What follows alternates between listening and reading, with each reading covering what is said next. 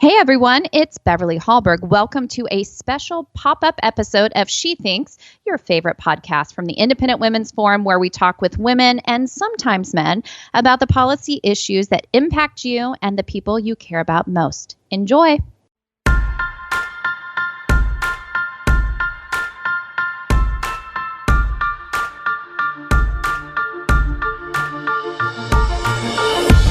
Hey there, everyone. I'm Julie Gunlock, the Director of the Center for Progress and Innovation at the Independent Women's Forum. Joining me today is a good friend and IWF Senior Foreign Policy Fellow, Claudia Rosett, who today is going to be talking about something that's on all of our minds, coronavirus. Before Claudia and I get into this, I do want to give a quick bio on Claudia. She's an amazing journalist, a completely impressive resume. She's an award-winning journalist. She's reported over the past 37 years from Asia, the former Soviet Union, Latin America, and the Middle East. And she has done groundbreaking reporting on the corruption at the United Nations. Actually, Claudia and I have known each other for a lot of years, and that is when I started to get to know Claudia during her work, her investigation into the United Nations. Incredibly impressive work there. Claudia has also been a staff writer at the Wall Street Journal. She served on the editorial board there and was the Moscow bureau chief in the mid-90s. She's published in numerous publications from the New York Times, the Philadelphia Inquirer, and many other. That is just a tiny list of the many places that she's published. So, Claudia, I'm so glad to be talking to you today about this. I know you know a lot on the subject. Yeah, Julie, thank you for that lovely introduction. And this subject of this coronavirus is really important. It will very likely affect us all in one way or another. Definitely. So apparently now, maybe you can update us a little bit on this, but the latest figures, and as you say, you may have updated numbers, but it looks like it's in 42 countries. According to the CDC, there are 53 confirmed cases in the United States. It looks like the totals now are around 78,000, maybe a little bit more than that. Who knows? Overnight, it might have increased even more. And it's killed around 3,000 people worldwide. And I feel it's really important, actually, here to just, before we get into the latest data on this stuff, is to interject. Sort of my job at IWF is to tamp down alarmism and to make people feel like they don't need to panic about things. But I will also say that it's also my job to point out when you actually should worry about things. This is definitely a virus I think you should worry about. But I think it's also important to say that this virus, it appears to, for those who have died from this virus, they seem to have some sort of compromised immune system already. They're sick. They may have another disease. They may have, been suffering from another disease, and then they get this virus, and it's just too much for their body. So I want to say that on the outset, that it doesn't appear that this is like sort of, this isn't Ebola. The minute you get it, say your goodbyes and say your prayers. This is a fairly mild virus in that it's flu-like. But it still can kill. So with that said, I don't want people to listen into this, because we are going to be talking about how this spreads so quickly. It's highly contagious, and I don't want people to think that they're immediately going to drop dead if they do get this. But I think it is important. The CDC, the head of immunology at the CDC, basically told her family that they should expect a major disruption as this sweeps through the United States. So I don't think there's any doubt that we will all be experiencing this, and I think getting some information on it is good. So with that said, Claudia, if you could kind of give us an update on what the current status is of the infections and what governments are doing. Yeah, I mean, the bottom line is do not panic, but do be informed and keep a close eye on this. It's a sign of how rapidly this spreads that even overnight, we're now up to almost 84,000 officially reported infections worldwide in something like 50 countries. So, and with a special concern, the place where it began is China. And that has by far the greatest number of infections, almost 79,000. But there's been an enormous outbreak in South Korea. It's gone from about 30 infections a week and a half ago to 2,300 now. Wow. And Italy, which went from a handful to 655 as I look at the current tallies. Iran, which seems to have a very high mortality rate compared to others, suggesting they're probably underreporting the number of cases, but which has officially 388 cases reported to date, and so on. Japan, Hong Kong, Singapore, Germany. It is pretty much spreading. The cases are turning up at least in small numbers, at this point all around the globe. So this thing spreads very quickly. It's a strange new virus. It's neither precisely flu, nor is it some of the other things. It's got characteristics that scientists are still trying to figure out. All of that made harder by China's lies and secrecy, where the main outbreak began. But in the statistics we're getting, and these could change, but this is a rough picture right now. In about 80% of the cases, it's either mild, so mild that there are no visible symptoms, or it's an unpleasant flu, that's how it feels. But in about 20% of the cases, it can turn critical. What basically happens is this is a virus that attacks the lungs, and it can turn into very severe pneumonia, needing hospitalization. In about 5% of the cases, people end up in intensive care.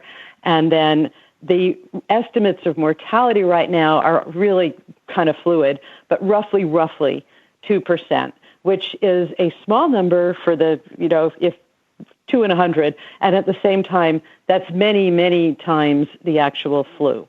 A few more things that people have observed, and again, this is all sort of up in the air a little bit right now because it's new, and that is, it is worse for older people, as Julie mentioned, people with compromised immune systems and tends to concentrate on that end of the spectrum. At the same time, quite relatively young people have died of this, notably a Chinese doctor who tried to blow the whistle on this early and was suppressed by the Chinese Communist Party, Li Wenliang, who died at the age of 34 earlier this month. So it's something where you want to wash your hands a lot and keep an eye on things and stockpile some provisions. And at the same time, this is not Ebola, okay? This is something that can be fought, and it's something above all to be informed about. So you mentioned China. I'd like to kind of pivot to China for a little bit. This obviously you've mentioned that this originated in China, and there's some really interesting theories on that. But I'd also like for you to tackle how has China been behaving during this outbreak? When we first heard news of this and saw reports of this, was it just a small problem in China, or had they waited? I'd kind of like to get a sense of how quickly China alerted the greater world community about this. Well, if there were international awards for hypocrisy among dictatorships, China probably wins it with this one, okay? What China's ruling Communist Party did, and I say the Communist Party, I could say the government, but the Communist Party runs the government. Xi Jinping, China's president, runs the Communist Party. And he has all these grand dreams that China is supposed to be the dominant world power in this century. He wants to make it that within his lifetime. Part of this is that this huge party apparatus of surveillance and control, which is quite brutal, is used to try and burnish China's image as well as infiltrate, subvert, and so on. And when this virus turned up, it emerged apparently in the large industrial central China city of Wuhan, sort of the Chicago of China. And it began circulating probably last November or December. We know by December it was out there. A number of young doctors in Wuhan, noticed this thing because they've been on high alert since the SARS outbreak in 2003, which was a deadly pneumonia, which then sort of faded away. But they watch for things like that. They know that. And in particular, it was a group of doctors, but the one who's really become the human face of what this tragic thing, this horrible thing that China's Communist Party did, is they noticed that the SARS-like pneumonia, very serious, was turning up among a small group of patients. And they were talking about it in an online chat room. And this Dr. Li Wenliang was one of the people who said, take extra precautions. It appears to be quite contagious. It's dangerous. Well, they keep an eye on everybody in China. You're not supposed to freely express yourself. So he and his colleagues were arrested. And they were told by authorities that they had to admit that they were spreading rumors, that, they were going to cause a panic, they were spreading lies, they were going to hurt China's reputation. So they were basically coerced into signing documents saying they would not spread rumors, and they went back to work.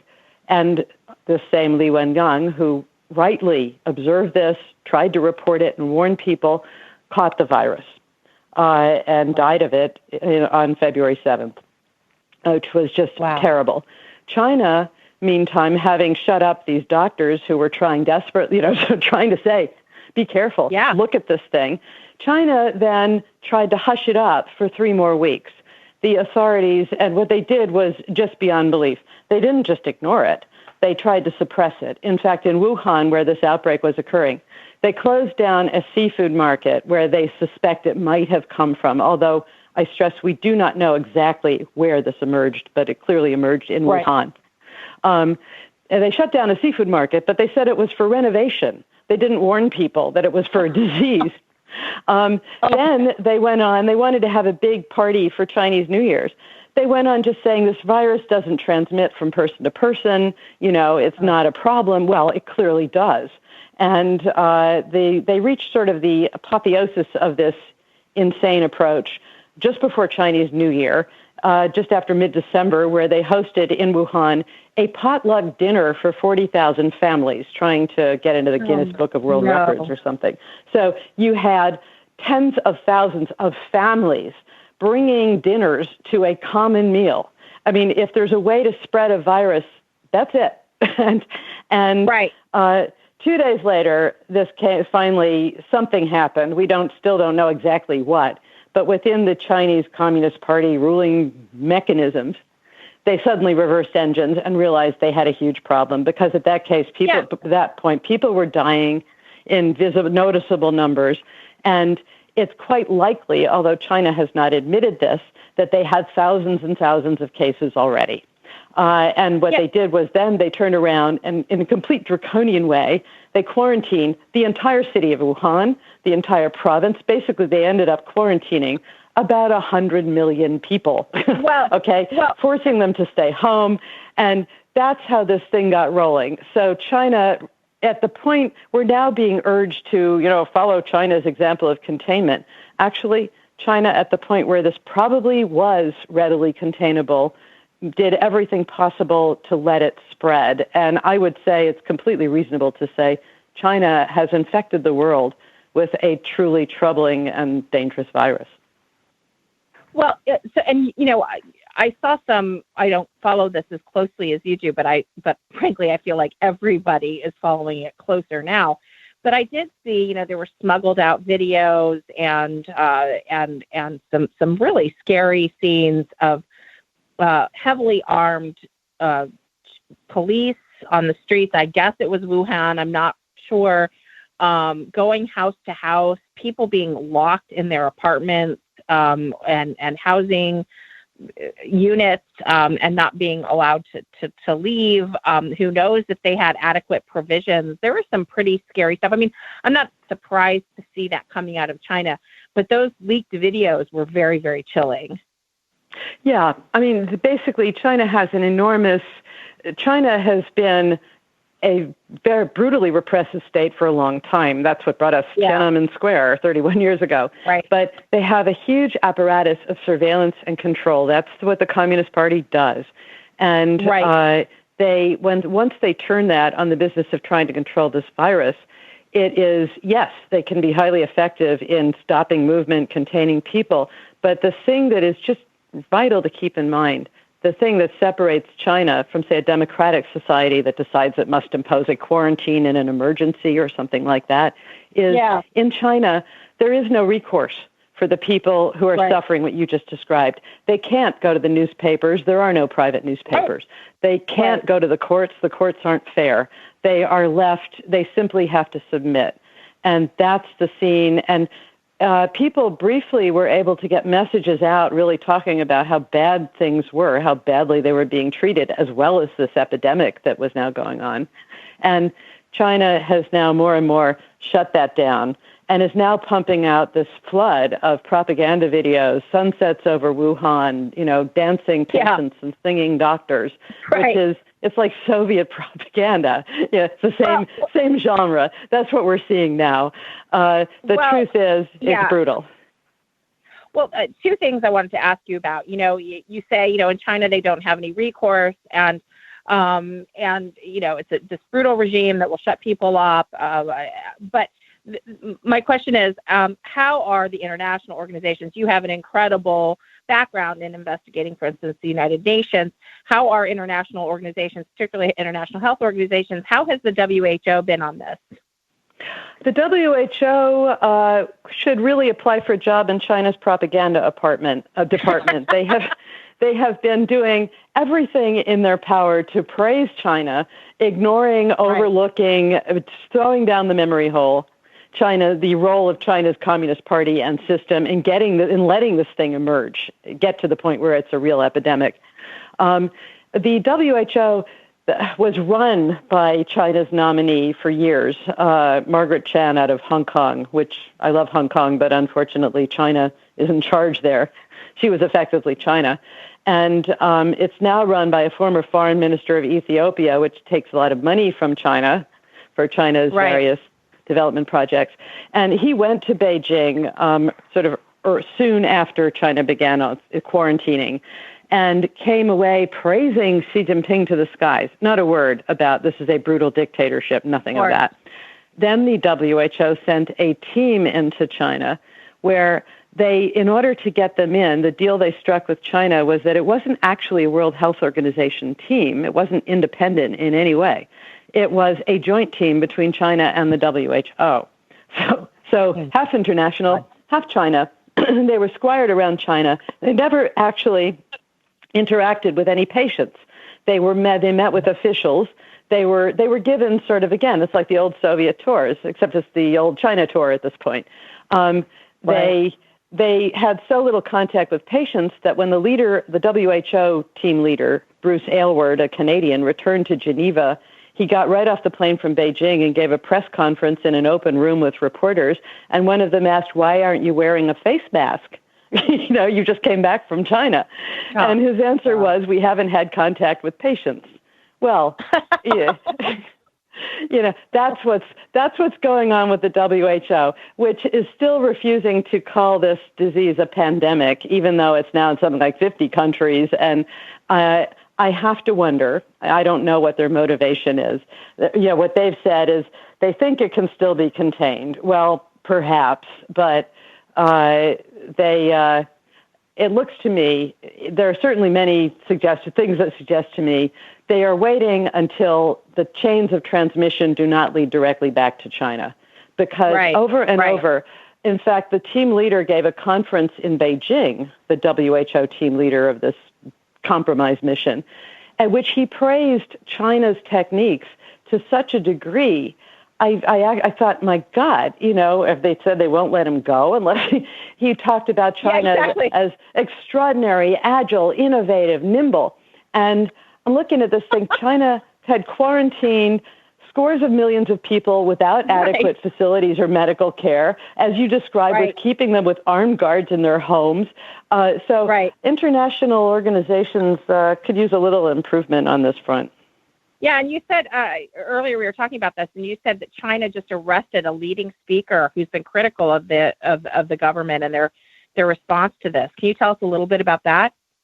Yeah, well, they've done this. They've arrested many. There's one specifically, but let me just first say, bloggers who were critical of what the Chinese government was doing, how brutally it was being, and sloppily and ruinously it was being done in places like Wuhan, have been disappeared. Okay, they're just gone. Whether into quarantine, into prison, who knows? What has most recently happened is in Hong Kong, one of the longtime leading Democratic voices for democracy, a newspaper owner named Jimmy Lai, was arrested on Friday morning in Hong Kong, along with two other Democratic leaders. And what was his crime? He took part in a protest march on August 31st. Now, the signal event that went with that, during the protests. So this is all part of shutting people up, shutting people down. Hong Kong is the only place under China's flag where people have been free to speak out. And remember, there were these huge democracy protests last year. Now everyone in Hong Kong has been trying to avoid this virus out of China, where they've had 94 cases confirmed to date, and they've all been washing things and going around in face masks. That's become the big preoccupation. But what China is still doing, basically, even while fighting this virus, the people's war that Xi Jinping has declared on the virus, they still have time to suppress, arrest, threaten, bully. Remember, they've also kicked out 3 Wall Street Journal reporters over a headline. They have been complaining to the world that they complained when President Trump curtailed most air traffic between the U.S. and China and put restrictions on entry in airports. They check people. China complained about that. Which is quite a bit of hypocrisy from a country that is quarantining millions of its own. They've just called off. Also, I mean, also China building this mega hospital to hold I don't know how many, and they built it in something like 10 days. And yet you have these mixed messages, as you say, that they're now saying, oh, it's contained. That might be a good opportunity, though, if we're looking at, and I don't remember how many countries, did you say 58 countries it is now present in? It's roughly present in 50 right now, and I will confidently predict it will be more before the end of next week. Before we're done with this podcast. And for listeners, know that this podcast, we're recording it in one day, but it does take time to process and be put up. So certainly by the time this podcast is put up on the IWF website, it will have increased. This might be a good time to talk a little bit about sort of domestic issues, and I want to talk a little bit about, I put up a blog this week that I said, don't panic, but prepare, and I thought your line, don't panic, but be informed, are really, really good, a good line as well. Talk a little bit about how contagious this is. I mean, we've already talked about the global spread. Frankly, I don't really care what China's doing because they lie and they hide things and they're not honest brokers. But we do know now, at least from more reputable sources, how quickly this spreads. So talk a little bit about, the mortality rate associated with it, and also just, again, how contagious it is.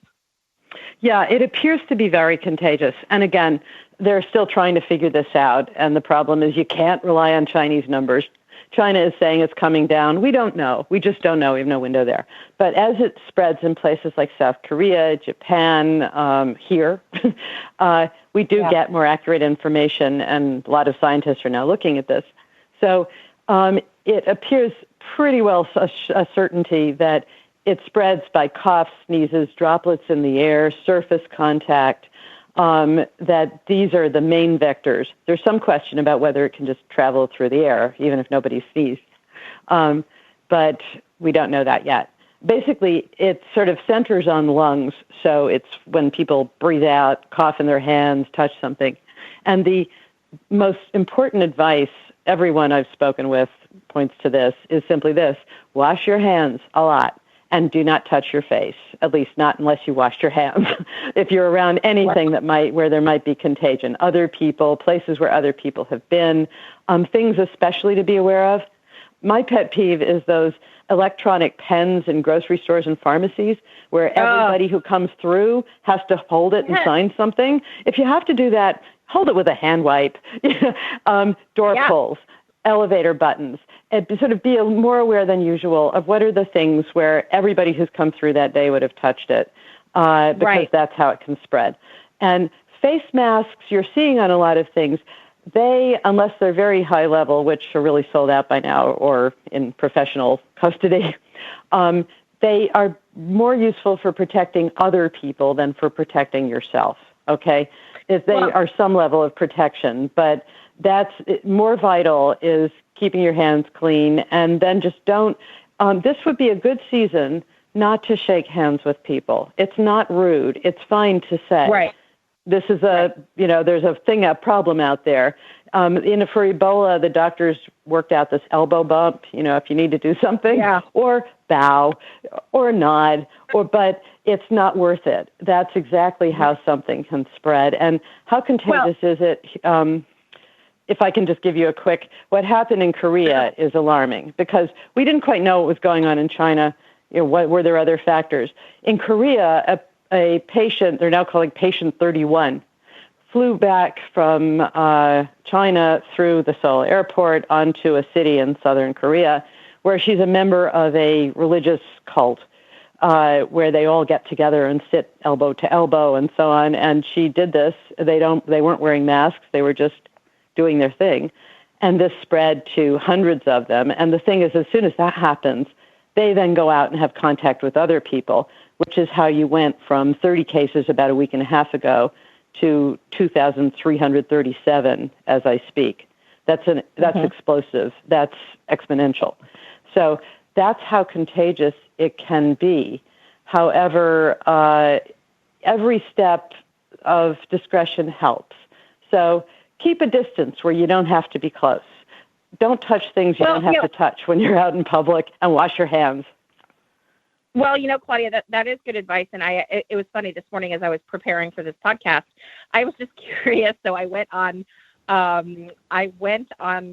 Amazon, and not to just talk, not to sort of pinpoint Amazon. I think this is true of everywhere.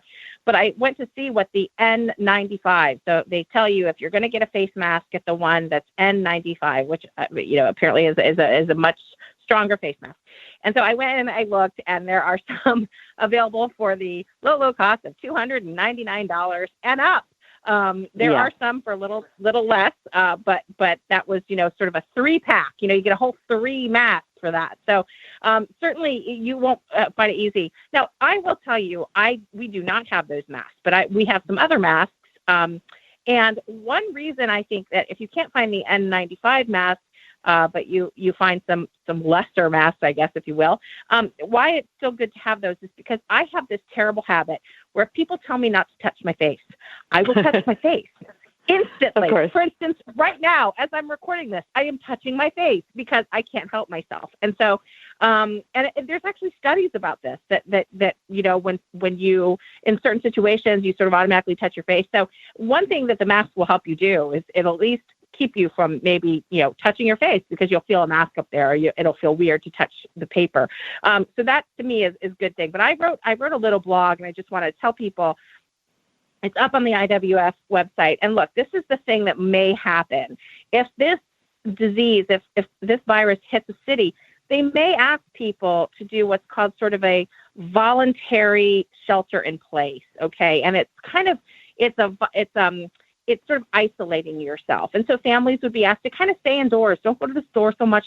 Try not to get out because they're going to try to stop the spread of this virus. And so they might ask people to shelter in place. And so it's not a bad idea and Claudia, you kind of went over a few things, but, in addition to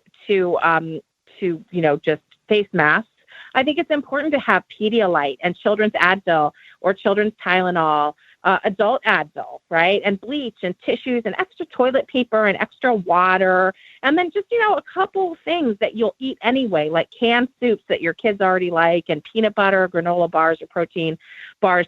These things are kind of important just because you want to avoid leaving your house for a certain amount of time. So I don't think look, I'm no prepper, and I don't think this is a reason to, dig a hole in your backyard and go live in it for 3 months. But I do think that a little bit of prep is probably good. And, because again, this will probably sweep through, considering how contagious it is. It will probably sweep through possibly your town. So I don't think it's a bad idea to get prepared. And I think, Claudia, you'd probably agree with me on that. Yeah, absolutely. You should treat it like it's a hurricane that might last for a while. What would you provide yourself with? In fact, I just add, one of the big effects is tremendous interruption of supply chains, the things that, for instance, China manufactures. and ships out. And it's not just finished products. It's components. It's elements of medication. China is the main source for the world of those face masks. One thing devoutly to be wished, normally we love free trade, but there is a security dimension to this that's becoming very clear. We cannot be reliant on China for things that in a crisis we will need. We need to do something about that. Okay, that should be a discussion in Washington now. But among the other things you can do, if you have pets, because even if something isn't made in China, there are potentially a lot of disruptions in the works. So go out and get yourself enough pet food to ride that out, because they can't eat the peanut butter. And on the rest of it, again, it's a matter of don't panic. This is, the world will go on. But and it's possible that the U.S. will simply ward this off, but that's not where the probabilities point. It's more likely that it will come through. And it's a good thing to avoid if you can. And to any parents listening, look, there is no indication that this virus in any way upsets cable or Wi-Fi. So if you are having to stay in your home for a couple of days, I think you will survive. Just put the TV on, give them a couple tablets, let them play some games, and consider it a vacation. I know I wanted to leave it on that kind of happier note, because I know this is a very, very serious topic. And Claudia, I can't thank you enough for giving us some information here. This was a great conversation. Oh, thanks for the chance to talk about it. And everybody, do all you can to stay healthy. Well, we hope you take away something new from today's conversation. And if you enjoyed this episode of She Thinks, or like the podcast in general, we'd love it if you could take a moment to leave us a rating or review on iTunes. This helps ensure our messages reach as many Americans as possible.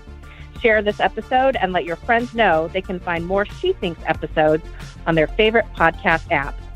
From all of us here, thank you for tuning in. I think, you think, she thinks.